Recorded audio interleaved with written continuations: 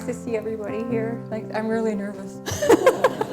So, wow, everything you said was so amazing, and it's, as I share my story, it resonates with me so much.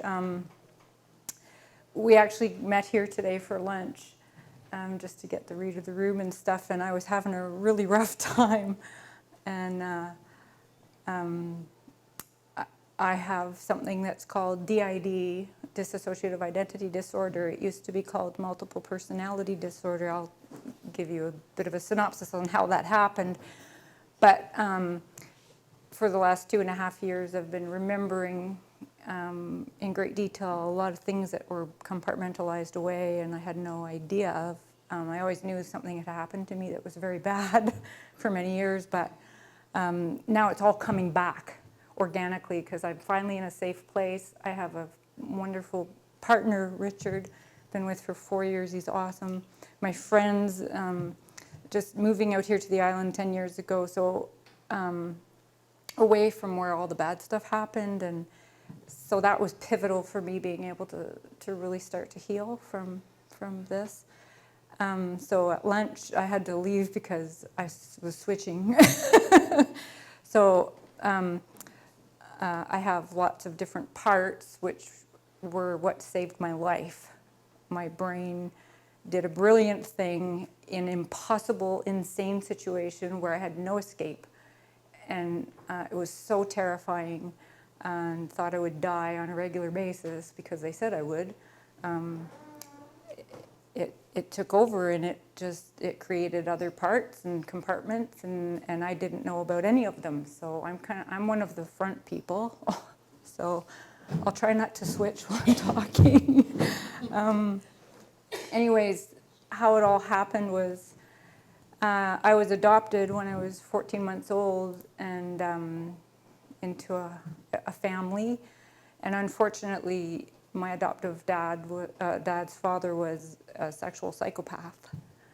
And so I think I fell into his clutches very quickly after being adopted. He was also a Grandmaster Freemason.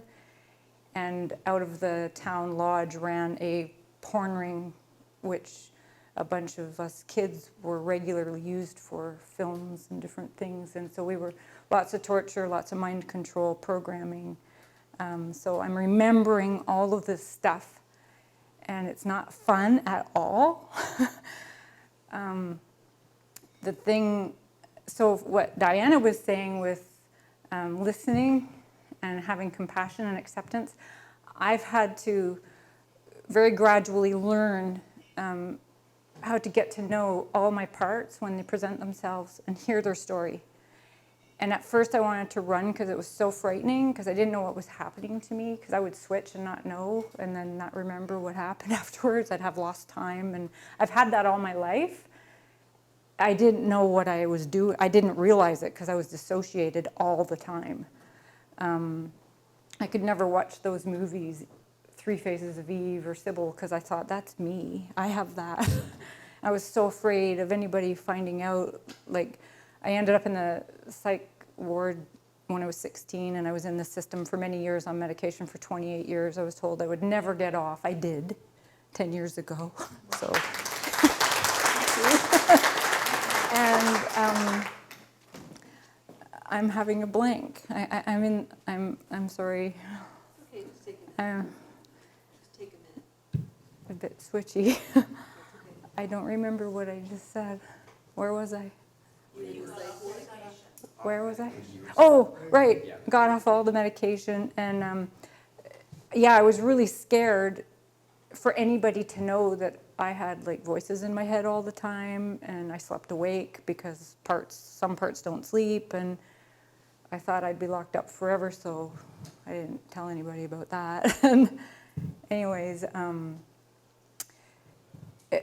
I've had to learn how to cultivate kindness towards all of my parts and myself. I had such self-loathing. I thought I was evil because they told me that in the ring.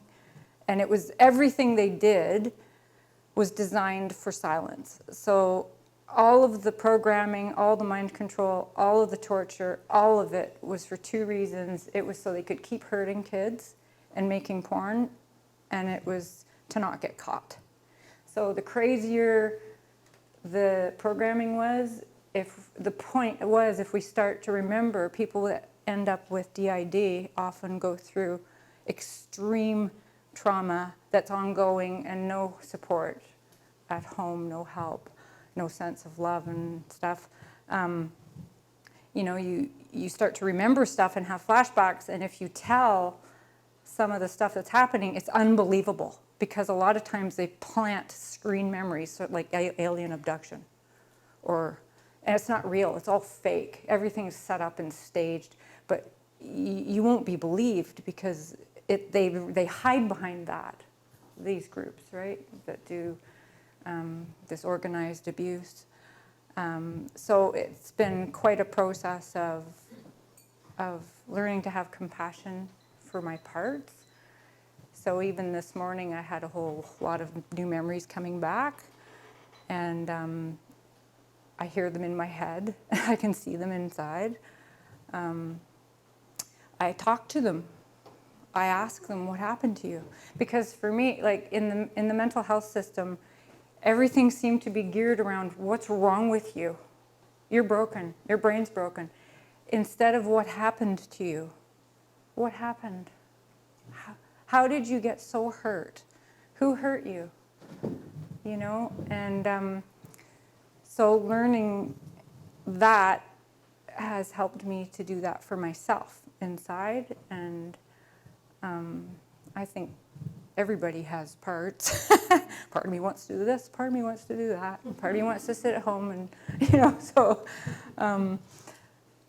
yeah, it's been quite a journey so for me it was discovering compassion. That's what my story was about in the book, and compassion is the thing that is helping me through this journey, because there's so much ugliness in it, and every time I have flashbacks and I'm remembering all this stuff on a daily basis, it's really brutal. But compassion for all my parts, because they were all me, a snapshot in time back in the day, right? And so it's just learning to hold them and love them and have compassion and be curious and kind in a way that I didn't get as a child and growing up. So I'm learning to give that to myself. I'm reparenting myself. I'm doing a pretty damn good job, I have to say.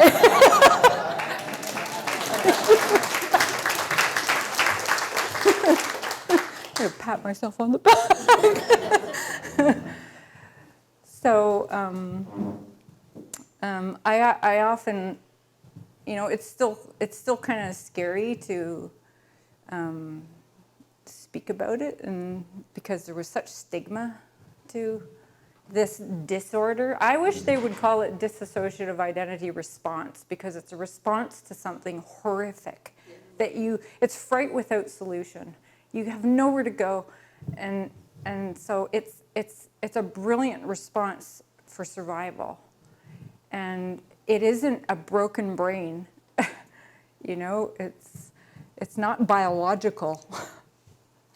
So it's not something that chemicals being introduced into the mix will fix. You've got to feel safe and have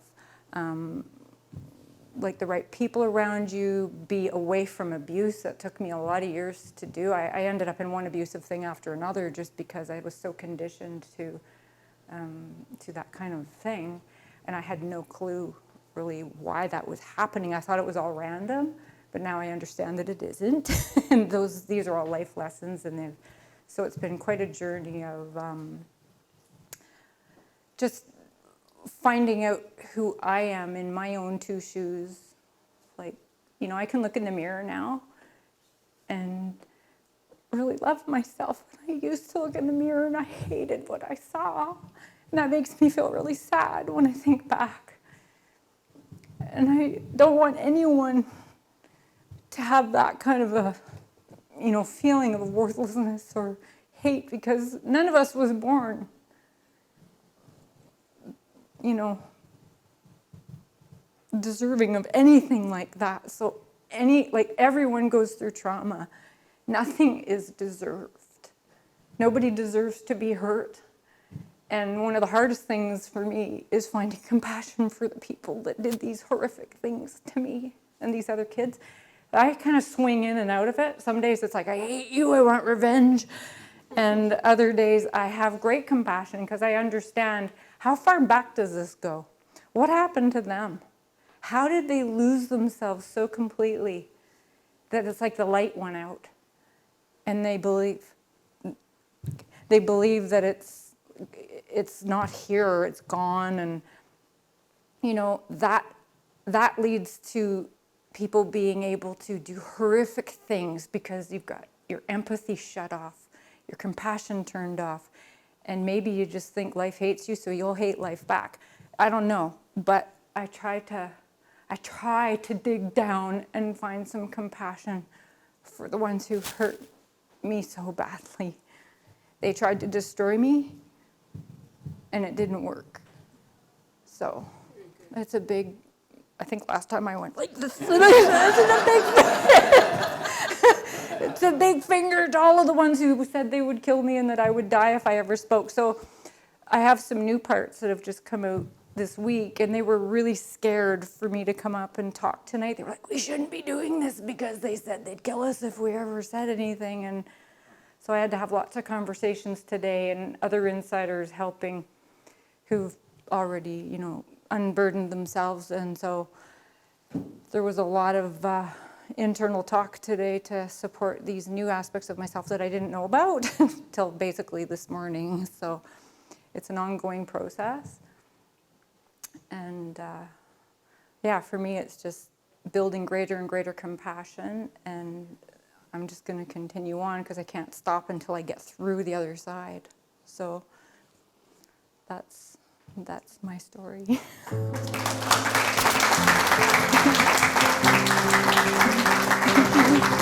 a good job. That's a good